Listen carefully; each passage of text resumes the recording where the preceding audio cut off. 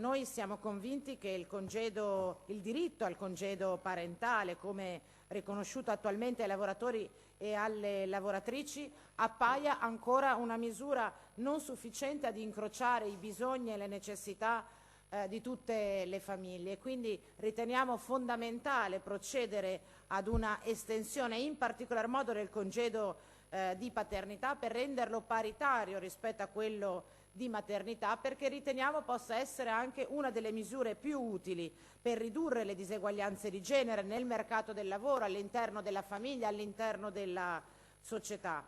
In particolare, lo ribadisco, riteniamo fondamentale accelerare in alcune direzioni principali: l'estensione della paternità obbligatoria a tutti i contribuenti per un tempo adeguato, sia per i lavoratori dipendenti che per gli autonomi; l'incremento ad almeno 40 giorni del congedo obbligatorio in concomitanza con quello della maternità; una retribuzione al 100% dell'astensione obbligatoria dal lavoro per entrambi i genitori; un allungamento del congedo facoltativo retribuito all'80%. Queste sono le condizioni indispensabili, da un lato per consentire, ripeto, la definizione di una società più equa, ma dall'altro lato anche per provare a scardinare quello stereotipo che addossa esclusivamente alle donne il lavoro di cura e il lavoro familiare.